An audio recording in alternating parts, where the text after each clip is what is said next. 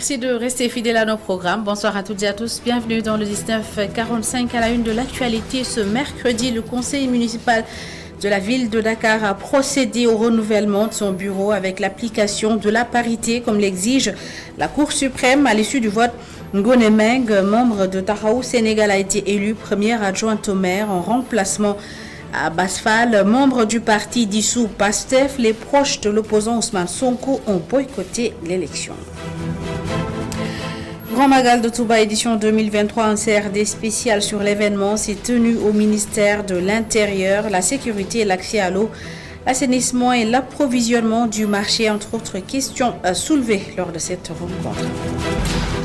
Dans ce journal également, nous nous intéresserons à l'hypoglycémie qui est en train de devenir un problème de santé publique. Elle se manifeste parfois par des tremblements, une anxiété et de la perte de connaissance. Elle traduit une insuffisance du taux de sucre dans le sang. Ne ratez pas de reportage d'Aïssatou Kane dans cette édition. La rubrique découverte de ce mercredi nous mène dans les îles Caronne, dans le village insulaire de Kouba, en Casamance, un village où les populations vivent d'agriculture, de pêche et de cueillette.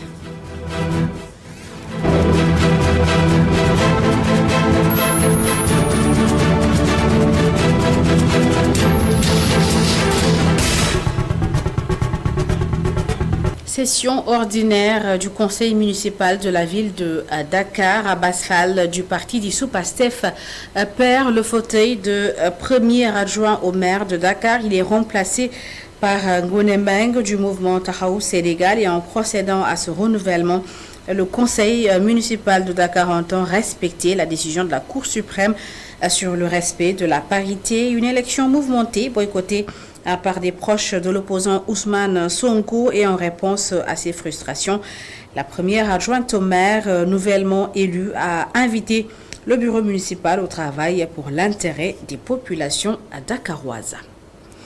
Dans l'actualité politique, toujours, les députés du groupe parlementaire Yehui Askanui n'ont pas pu tenir ce matin leur conférence de presse. Le siège du parti PUR, où ils avaient prévu de se retrouver, a été barricadé par les forces de défense et de sécurité. Le député Guy Marius Sagna dénonce ce qu'il qualifie de recul démocratique.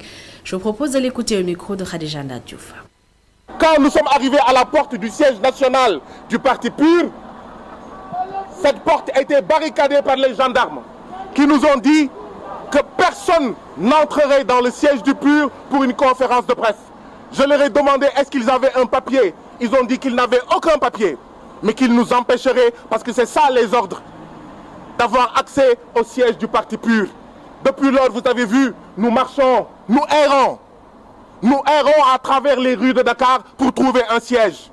Après avoir barricadé le siège du parti de Déthié Fall, PRP, après avoir empêché les tenues des réunions du F24, après avoir barricadé et procédé à la dissolution administrative du parti PASTEF, aujourd'hui c'est le siège du parti PUR qui est barricadé, qui est empêché d'être utilisé par les citoyens sénégalais. Quel recul démocratique! Parlons à présent de ces multiples déclarations de candidature au sein de la coalition Benno Bokk Yakaar. Le responsable de l'APR à Bambilor estime que c'est une guerre d'ego et appelle ses camarades à la cohésion et à l'unité. Ousseynou Diallo, lui, se dit prêt à soutenir le candidat choisi par le président Macky Sall. Écoutons-le. Nous sommes vraiment tous, y compris tout le peuple sénégalais et l'Afrique tout entière qui nous regarde et qui nous observe. Nous sommes à l'attente effectivement du choix du candidat qui va succéder au président de la République aux prochaines élections de 2024. Permettez-moi de revenir un peu en arrière avec l'acte que le président de la République a posé et qui doit inspirer tous les Sénégalais et tous les Africains à prendre de la hauteur et surtout de la grandeur. Mais en lieu et place, ce que nous observons au niveau de la classe politique, particulièrement au niveau de la majorité que nous incarnons au Sénégal, c'est tout à fait autre chose. Au lieu de prendre de la hauteur, de l'humilité, de la grandeur, on est en train d'éveiller des égos démesurés avec une pléthore de candidatures de candidats à la candidature. Écoutez, pourquoi subitement tout ce beau monde-là se trouve des ambitions présidentielles, alors que tout le monde sait, comme disent nos amis ivoiriens, tout le monde sait qui est qui. Si c'était des candidatures sérieuses, et même s'ils étaient sérieuses, on ne peut pas, la veille, donner carte blanche au président de la République et le lendemain la noircir en disant que non, on vous a dit de choisir, mais choisissez-moi. Je vous le disais dans les titres, en prélude de Grand Magal de Touba, un CRD spécial s'est tenu pour les préparatifs de l'événement. Les questions relatives à l'assainissement, à l'accès à l'eau et à l'approvisionnement du marché en oignons et surtout à la sécurité ont été abordées et d'après les services en charge de toutes ces questions, toutes les dispositions nécessaires seront prises pour un bon déroulement du Magal. C'était en présence du porte-parole du Khalife général des Mourides et du ministre de l'Intérieur. Les détails avec Mamadou Dia. Le comité d'organisation et les services de l'État ont abordé 8 points pour un bon déroulement du Magal 2023. Santé, hygiène et cadre de vie, eau et assainissement, énergie, sécurité, l'approvisionnement du marché et la communication. Sur la sécurité redoutée dans un contexte socio-politique tendu, les forces de défense et de sécurité rassurent. La police avait déployé 3754 éléments l'année dernière. Cette année, nous serons un effectif de 4000 policiers. Donc, de la gendarmerie, le plus grand service religieux du Sénégal, c'est le Magal de Touba. Pour la gendarmerie, j'ai 50 motocyclistes à ma disposition, 3 avions, 1000 barrières et 2500 gendarmes. Ren aussi, nous avons 1000 barrières pour le comité d'organisation. Ren demande pratiquement 2500 gendarmes. Un événement attendu en plein hivernage, l'assainissement un défi à relever à Touba. L'ONAS s'engage. Touba fait également face à des difficultés d'accès à une eau potable. Les camions citernes de l'OFOR vont venir en appoint. Les services du commerce intérieur rassurent sur l'approvisionnement du marché, surtout en oignons. D'ici fin de semaine, il y a 10 millions de fi dugg. Amna délégation bu dem Maroc jeudi. Nous avons déjà 10 000 tonnes d'oignons d'ici la fin de la semaine et d'ici le Magal, 40 000 tonnes pour Touba. Pour approvisionner le marché, la situation revenir à la normale. Le ministre de l'Intérieur, quant à lui, s'engage devant le comité d'organisation à apporter des solutions à la plupart des doléances posées sur la table. Alors, au terme de la réunion, nous avons enregistré avec satisfaction un taux de réalisation qui avoisine les 78%, pour dire qu'il s'agit exactement de 77,95% de taux de réalisation pour les actions en cours. Pour le surplus, un suivi rigoureux sera assuré par le gouverneur de Diourbel en coordonnant les différentes actions de l'État. Par ailleurs, l'OFOR a un problème de carburant, un gap de 500 millions pour alimenter les camions citernes pour les cérémonies religieuses. Antoine Félix Diom a instruit à la DAGE du ministère de combler le gap. Mamadou Dian Touba qui se prépare à accueillir le grand Magal au moment où l'oignon se fait rare sur le marché. La situation inquiète même les commerçants dans la ville sainte. Le délégué du parc d'oignons du marché Ocas demande au service d'assurer un bon approvisionnement du marché avant le Magal car selon lui, la production locale ne peut pas satisfaire la demande en oignons pour le Magal. Reportage au marché Ocas de Touba, Gorandaklo et Tchernofaye. Très prisé en cette veille de Magal, l'oignon se fait encore rare sur le marché. Au marché Ocas de Touba, le prix du sac d'oignon flambe, explique le délégué du parc.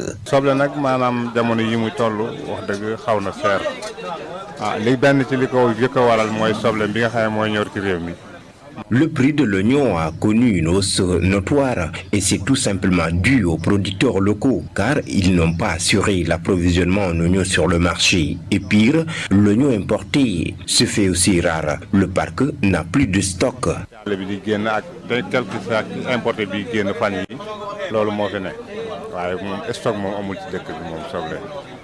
À moins de 30 jours du Grand Magal, le parc d'oignons de Touba reste quasi vide, d'où l'inquiétude du délégué qui espère que le ministère du Commerce va maximiser les efforts pour approvisionner à nouveau le marché d'oignons.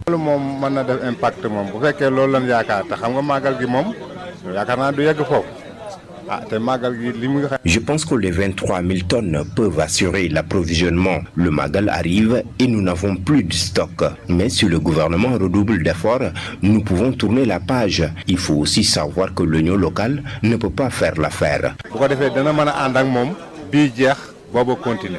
Mais il faut am diggante bopp moom dana metti. À Touba, le kilogramme d'oignon varie de 1000 francs à 1200 francs CFA en attendant l'arrivée des 23 250 tonnes d'oignons annoncées par les services du commerce. Parlons de tout à fait autre chose à présent. À Thiès, les élèves initiés à l'éducation environnementale, plusieurs micro-jardins ont été mis en place dans le cadre d'une collaboration avec l'Agence sénégalaise de la reforestation et la Grande Muraille Verte. Les initiateurs du projet ont initié ces micro-jardins en présence de notre correspondant à Thiès, Isidore Alexandre Sen. L'Agence sénégalaise de la reforestation et de la Grande Muraille Verte se déploie dans le département de Thiès. À Toubatoul, Notodjobas, Fondéné et Tiénéba, des pépinières ont pris forme. Ce sont de petits financements, mais qui ont un impact extraordinaire. Chaque 2 jardins, c'est un projet de 10 000 $. Donc, quasiment, c'est 6 500 000 tous les 2 jardins. Donc, ça vient avec un puits, un forage. Ça vient avec un panneau solaire, donc les femmes sont indépendantes en matière d'énergie et d'arrosage. Ça vient avec les tables, ça vient avec les intrants et ça vient avec toutes les semences, les gaines, etc. pour qu'elles puissent assurer leur production d'une façon tout à fait autonome et indépendante. Des jardins scolaires qui renaissent grâce à l'agence, mais aussi par le concours de l'État d'Israël. Concrètement, au-delà de leurs bénéfices immédiats, la mise en place de ces jardins contribuera, comme vous l'évoquiez, à la sensibilisation des élèves, à la préservation des ressources naturelles de l'environnement. Elle leur permettra aussi de s'initier à l'entrepreneuriat agricole, tout en contribuant à la résilience alimentaire dans leurs écoles et leurs communautés. Lorsque nos partenaires de l'Agence de la Grande Muraille Verte nous ont proposé de nous associer à cette importante initiative, c'est sans la moindre hésitation que nous avons accepté, tout simplement parce que là, des liens d'amitié qui nous unissent, bien, la mise en place de ces jardins est en phase et en parfaite adéquation avec les valeurs portées par la coopération entre le Sénégal et Israël depuis plus de 60 ans. Dans les communes visitées, à savoir Toubatoul, Notodjobas, Fondène et Tiénéba, le projet trouve l'adhésion des populations. En témoigne leur présence. Ça réunit beaucoup de problèmes, surtout la culture, les légumes sont sains. On réussit, bio, totalement, bio, c'est un ensemble. C'est un ensemble de techniques qu'on doit apporter, mais c'est presque plus ou moins bio. Les pépinières sont aménagées en micro-jardinage, donc un système respectueux de l'environnement avec moins de pesticides. Perte de connaissance, palpitations cardiaques, anxiété, sensation excessive de faim. Si vous ressentez ces signes, vous souffrez peut-être d'une hypoglycémie qui est une baisse ou une insuffisance du taux du sucre dans le sang en état dangereux mais méconnu par la plupart des citoyens. Reportage à Satoukan. Il est devenu fréquent d'observer des individus éprouver des épisodes d'hypoglycémie, parfois de manière sévère.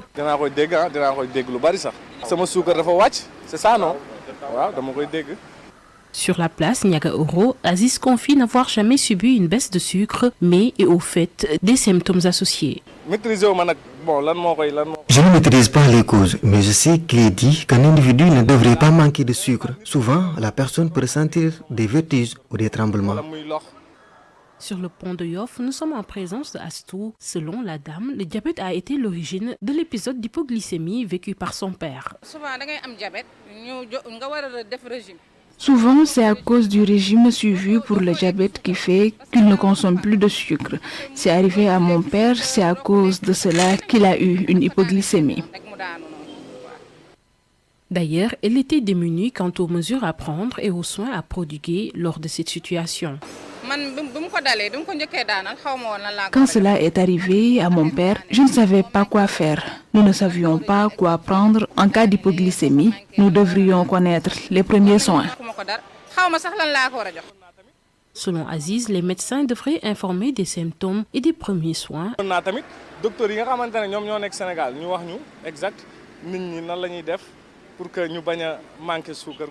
C'est au médecin de nous dire ce que nous devons faire pour éviter de manquer du sucre, mais aussi de nous apprendre les premiers soins. En tout cas, nous avons l'habitude de donner du sucre afin que la personne puisse reprendre des forces. Il est important de sensibiliser des gens aux premiers soins en cas d'hypoglycémie, notamment en leur recommandant de consommer des aliments riches en glucose comme des bonbons ou du jus de fruits. Mieux vaut être préparé. Et puis, quelles sont les causes de l'hypoglycémie et comment la prévenir? Surtout, la question a été posée au docteur Abdoulaye Dieye. Il est médecin des urgences à la clinique de l'Amitié. L'hypoglycémie, c'est un taux de glycémie capillaire qui est inférieur à 0,8 g par litre. Donc, c'est une glycémie au hasard que vous prenez et qu'on trouve que le taux est inférieur à 0,8 g. Alors, les principales causes de l'hypoglycémie se trouvent chez les diabétiques. Chez les diabétiques qui prennent un traitement insulinique, sans pour autant qu'ils s'alimentent convenablement, ou bien qui prennent le plus souvent aussi ce qu'on appelle les ADO. Il y a beaucoup de signes en fonction donc du taux d'hypoglycémie. Parce que dès lors que c'est en deçà des 0,7 g, on commence à avoir une palpitation surtout. On commence à avoir des sueurs qui apparaissent. Maintenant, ça descend encore. Quand le taux commence à redescendre un peu plus bas, aux environs de 0,5, vous commencez à avoir donc des signes de neuroglycopénie le plus souvent. D'accord. À part, vous commencez à avoir des sueurs froides et vous commencez à avoir vraiment une perte de connaissance. Quand vous constatez qu'il y a des signes d'hypoglycémie, là, soit si vous avez un glucomètre, mais rapidement donc la glycémie, sinon si vous n'avez pas de glucomètre, là, essayez de vous resucrer. Quand vous resucrez, soit vous prenez s'il n'y a pas de boisson ou bien donc de boisson bien sucrée ou il n'y a pas donc de biscuit quelque chose là-bas, à votre santé, prenez de l'eau, mettez du sucre et vous buvez. Dans l'actualité internationale au Niger, la fermeture de l'espace aérien cause d'énormes désagréments aux compagnies aériennes avec une superficie d'1 267 000 km². Le Niger est un vaste territoire qui a une frontière avec le Mali, le Burkina Faso, le Tchad et l'Algérie. Donc la fermeture de son espace rallonge la durée du trajet et par ricochet augmente le prix du billet d'avion, explique Ibra Abiran Wan. Il était l'invité de l'émission Diplomatie sur e-radio avec Mme Abdougaye Kassé. Le Niger aujourd'hui est au cœur du Sahel, à la frontière entre l'Afrique de l'Ouest et l'Afrique du Centre. Vous savez que le Niger a sur sa partie est, sa partie orientale, le Tchad, qui est donc en Afrique centrale, et sur sa partie orientale, occidentale, le Mali, comme le Burkina et l'Algérie, etc. C'est un vaste territoire. Il s'étend sur une superficie de plus d'1 200 000 km². Tous les aéronefs qui doivent relier l'Est de l'Ouest à l'Afrique, l'Est de l'Afrique à l'Ouest de l'Afrique, ou bien l'Afrique australe, l'Afrique Pacifique, de l'océan Pacifique, genre Maurice, Madagascar, Afrique du Sud et autres, à l'Europe, l'Europe occidentale, tous doivent survoler le Niger. Le Niger, donc, se trouve dans une position extrêmement centrale du continent africain qui empêche toute activité aéronautique sans survoler le territoire du Niger pour une grande partie. Vous comprenez donc les conséquences que cela peut engendrer, aussi bien pour les compagnies aériennes que pour les usagers, par ricochet. Pour les compagnies aériennes, la plupart, elles sont obligées aujourd'hui, sur ces tronçons dont je parle, sur ces relations-là, d'allonger leur temps de vol parce qu'il faut faire des détours, ou bien d'envisager des escales non prévues, des escales additionnelles, supplémentaires, pour pouvoir faire ce qu'on appelle du refueling, c'est-à-dire pour prendre du carburant. Parce que l'autonomie de carburant ne permet pas à ces compagnies-là, à ces avions-là, de faire un grand détour et de continuer à faire des vols directs.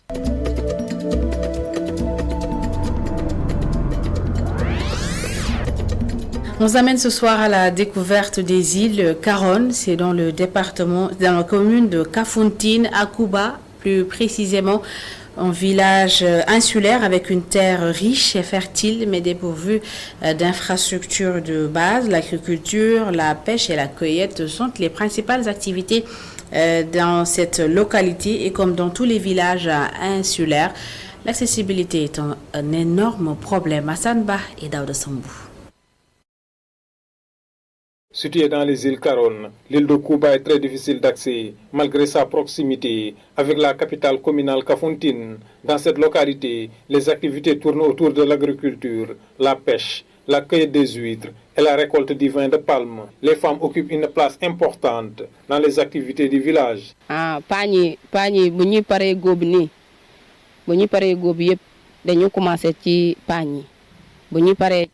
la récolte du riz, on s'attaque aux huîtres. Là, on forme de petits groupes. Il y a ceux qui vont partir à la recherche des huîtres dans le fleuve et d'autres vont s'occuper du séchage et de la transformation.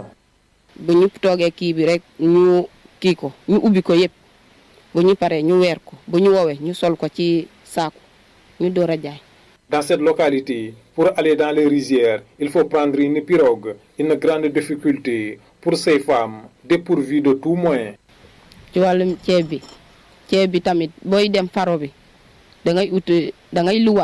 Pour la riziculture, c'est un peu compliqué parce qu'il faut louer une pirogue si on n'en dispose pas et c'est pas tout le monde qui en a. Et tu sais que c'est très coûteux.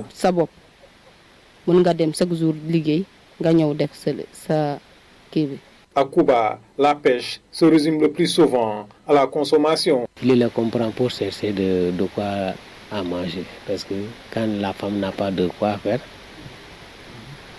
tu es obligé d'aller chercher des poissons pour le repas de midi et le repas de soir. Le dîner du moins. Ça dépend. Quand tu prends beaucoup de poissons, tu peux vendre à peine 10 kilos comme ça. Le reste, tu le donnes à la famille. Mais l'activité la plus prisée par les hommes reste la récolte du vin de palme, une activité qui rapporte beaucoup. Bien sûr, parce que avec les litres 400 francs, avec un bidon de 60 litres, des fois tu deviens à peine trouver 15 000 ou 16 000 d'argent. Mais grimper sur les palmiers n'est pas une chose aisée, même si on est une habituée. Pour la récolte aussi, c'est pas difficile, c'est pas facile, c'est très difficile. Parce que tu vas mettre la ceinture, la feuille de palmier là que tu vas fabriquer comme une ceinture. Avec ça que vous allez utiliser pour monter, aller récolter le vin chaque jour, matin comme soir. Il faut chaque jour monter en haut quoi. Bon, c'est pas vraiment très facile. C'est un travail très difficile. Malgré la richesse de cette terre, l'absence de moyens constitue une grande difficulté. Mais sinon là, ça produit. La terre est très riche.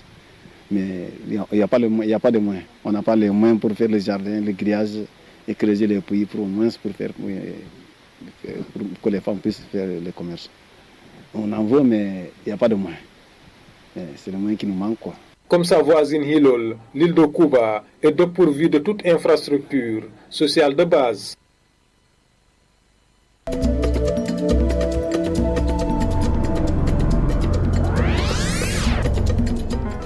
Hassan Ba, merci. C'est la fin de cette édition. Merci à toutes et à tous la suivi. Merci de votre fidélité. L'info continue sur emedia.sn.